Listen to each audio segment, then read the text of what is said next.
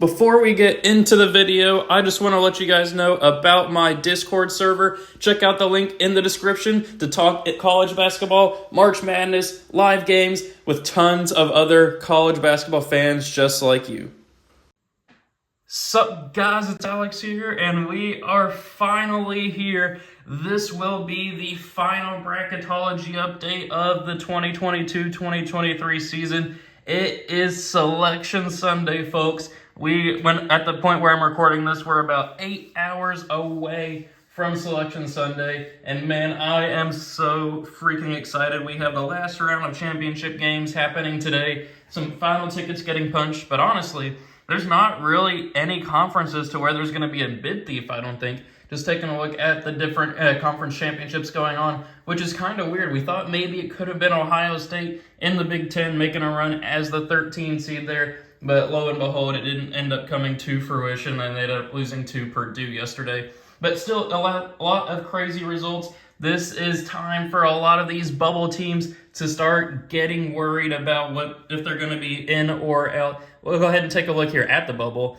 We're doing Jerry Palm's Bracketology today. I've been doing a lot of Joe Lunardi's. Thought I'd switch it up here and go with Jerry Palm. I thought about doing it myself, but I just don't have time to kind of run through that and build a bracket this morning. So I'm doing Jerry Palm's. Taking a look here at the bubble, though. Last four in are Mississippi State, Utah State, Nevada, and Rutgers. I have some thoughts here. Mississippi State, I think, should be a last four in. Utah State, especially with that net ranking right there, and they almost beat San Diego State last night for the Mountain West Championship. I think that they should be in the last four buys section, so I believe that they shouldn't have to go to Dayton to play a first four game. Nevada, I don't think deserves to be in the tournament just based off of how they ended the season. And then we have Rutgers, last team in there, almost was able to get a win against Purdue on Friday, but alas, that did not happen. We'll see what happens. They're a very interesting kind of tournament case. Then if we take a look at the first four out, Arizona State lost out on a huge opportunity against Arizona. I feel like they should be in the tournament, but it'll be very interesting to see how that kind of shakes out. Oklahoma State, they'll probably be in this first four out list. I'd honestly be surprised if they make it just off of how they played in the last month of the season. Vanderbilt, a team that a lot of people want to see in the NCAA tournament. Yesterday, though, against Texas A&M, they dropped the ball. They were down by like 25 points very early on in the game. Fought back, got it to within, I think they got it to almost 10 in the second half, but then they just weren't able to make any headway there. I do think that they're going to fall short of the tournament, especially with that unsightly 82 net ranking right there. I mean, I think the lowest seed or the lowest net ranking since those have been a thing to make the tournament was St. John's in, I think, 2019, and they had like a 73 net rating as an at-large team, so not looking good. History's not on Vanderbilt's side. We'll see what happens when it comes to the NCAA tournament. And then obviously North Carolina. They ain't going to make the tournament. No way. But then just taking a look here at the different regionals. Up here we still have Kansas as the number one overall seed. I think if Alabama wins the SEC tournament today, they will probably end up being the number one overall seed. But I love to see Penn State here as a 9. They've been playing fantastic basketball as of late. Kind of same thing with Texas A&M, giving credit where credit is due. Texas A&M wasn't even in the tournament picture maybe at the beginning of January, and now they're being shown as a 4 seed. What a run for them. Creighton, a little bit further down than I would expect. They're being shown as a 7. I'd probably put them as a low 5, high 6, that sort of thing.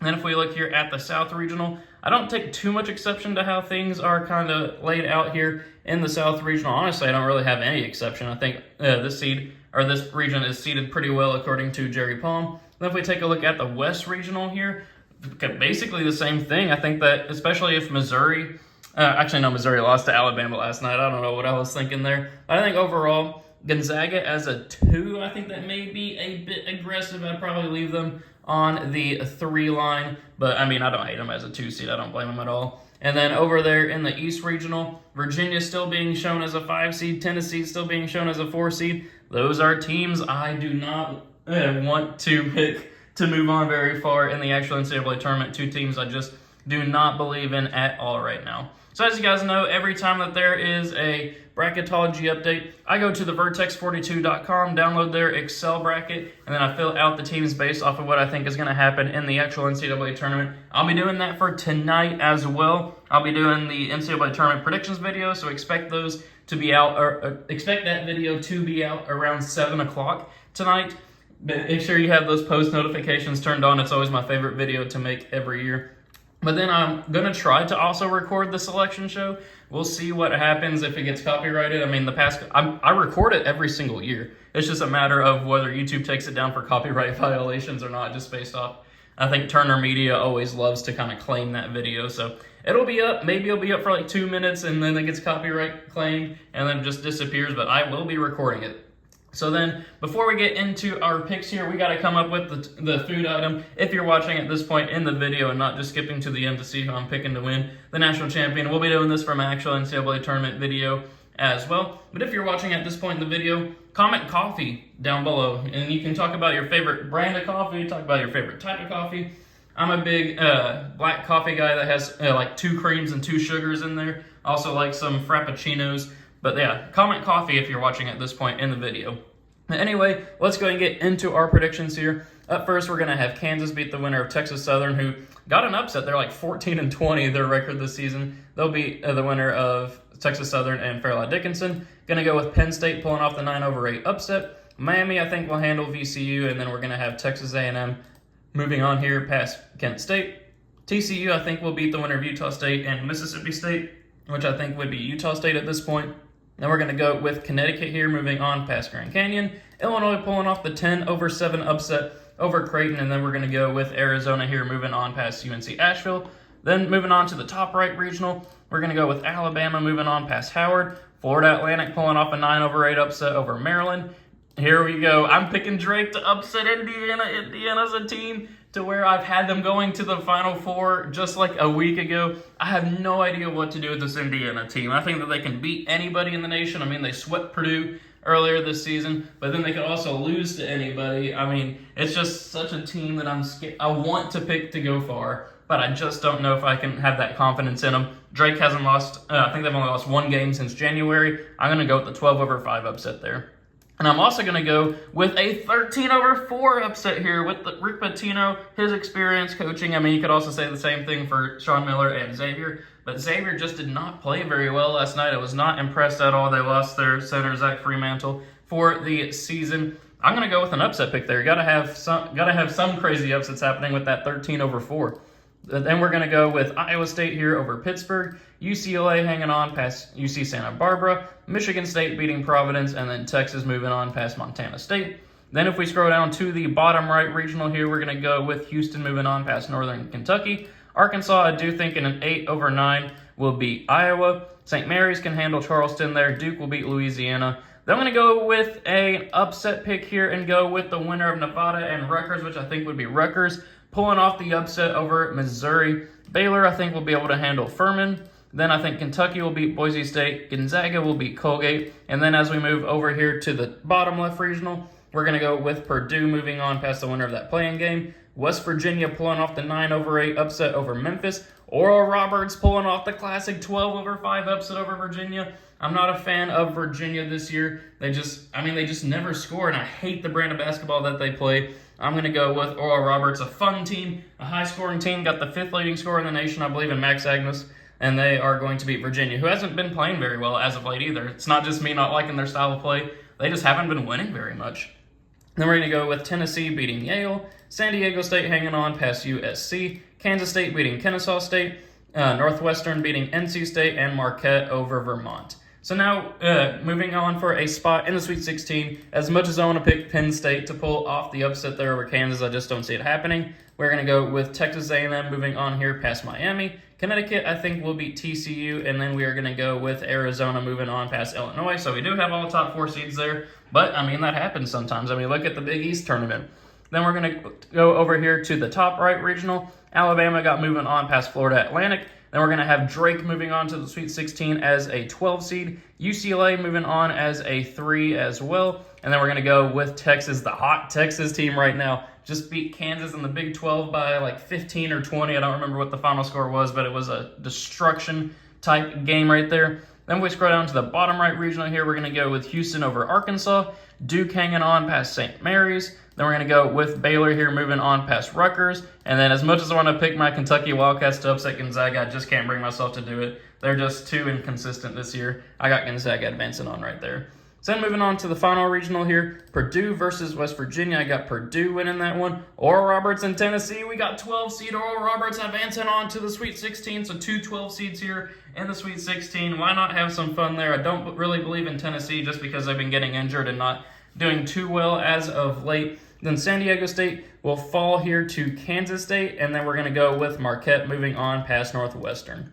So now moving on to, we're going to go ahead and complete this the regionals here. Kansas versus Texas A&M. I got 4 seed Texas A&M pulling off the upset over the number 1 overall seed in the tournament. Texas A&M is just playing out of their mind as of late, especially if they can beat Alabama again today. They'll have beaten Alabama twice in a week. Well, just 8 days if you want to call it that. But then Arizona and UConn. I'm going to go with Arizona here. Played very well against UCLA last night. Why not have them advancing on there? And then for a spot in the Final Four, I'm going to ride with the hot team, Buzz Williams and Texas A&M, advancing out of that regional as the 4 seed. Got to have some upsets. I think having Texas A&M coming out of that regional with those stacked top 3 seeds, I feel like that's an upset. Then Alabama versus Drake. As much as I want to pick my Drake Bulldogs, or not my Drake Bulldogs, but the Drake Bulldogs to advance on there, you got to go with Bama. Then Texas will beat UCLA. Then for a spot in the Final Four, I think you got to go with the hot team right now in Texas. They're beating everybody right now. I mean, Alabama, they could pull off the upset there, but I just don't see it happening. Wouldn't even be an upset. They're the 1 over 2 seed. I don't know what I'm saying there. But Texas, I think, will win that matchup. Then if we scroll on down to the bottom right regional here, Houston versus Duke. I really want to pick Duke to pull off the upset there, but I just don't see it happening. Though Marcus Sasser did get injured yesterday, I don't think it's going to be a long-term injury. They said he's questionable for today's game whenever I'm recording this. So I do think that Houston will be healthy, and I think they'll get the victory there. Then we're going to go with Gonzaga beating Baylor. Then for a spot in the Final Four, we are going to go with Houston moving on out of the bottom right regional. Final regional over here, Purdue, Oral Roberts. Why not have Oral Roberts continue their Cinderella run into the Elite Eight? They almost did it a couple of years ago. They went to the Sweet 16 and then almost beat Arkansas to advance on to the Elite Eight. But I think that they can beat Purdue here. They have a super tall guy. He's like 7'2", that can combat Zach Edey down low. They have a playmaker in Max Abness. Guard play usually goes pretty far in the NCAA tournament. I got Oral Roberts pulling off the upset there, where they will play Marquette, who will beat Kansas State. And then for a spot in the Final Four, we are going to go with Marquette, the Golden Eagles, coming out of that regional. So that sets up 1 number 1 seed, 2 number 2 seeds, and then a 4 seed here in the Final Four. Texas A&M versus Marquette for a spot in the national championship game. We are going to go with Marquette advancing on there. Texas versus Houston. I'm actually going to go with Texas, the hot team in the nation right now, pulling off the upset there over Houston, which sets up 2 number 2 seeds here in the national championship game. Marquette versus Texas, and maybe this is probably recency bias, but with the way these teams are playing, I'm going to go with Texas winning the national championship. I don't know if I'm going to have that happening in my full NCAA tournament video tonight, but why not have some fun here? Final bracketology update of the season and have Texas pulling off the national championship win. So there we have it. Those are my predictions for the tournament based off of this final bracketology update. Let me know your thoughts and reactions in the comment section below. I appreciate you guys watching. Thank you for sticking through this journey. Like and subscribe if you enjoyed. Join that Discord server, and I will see you all later.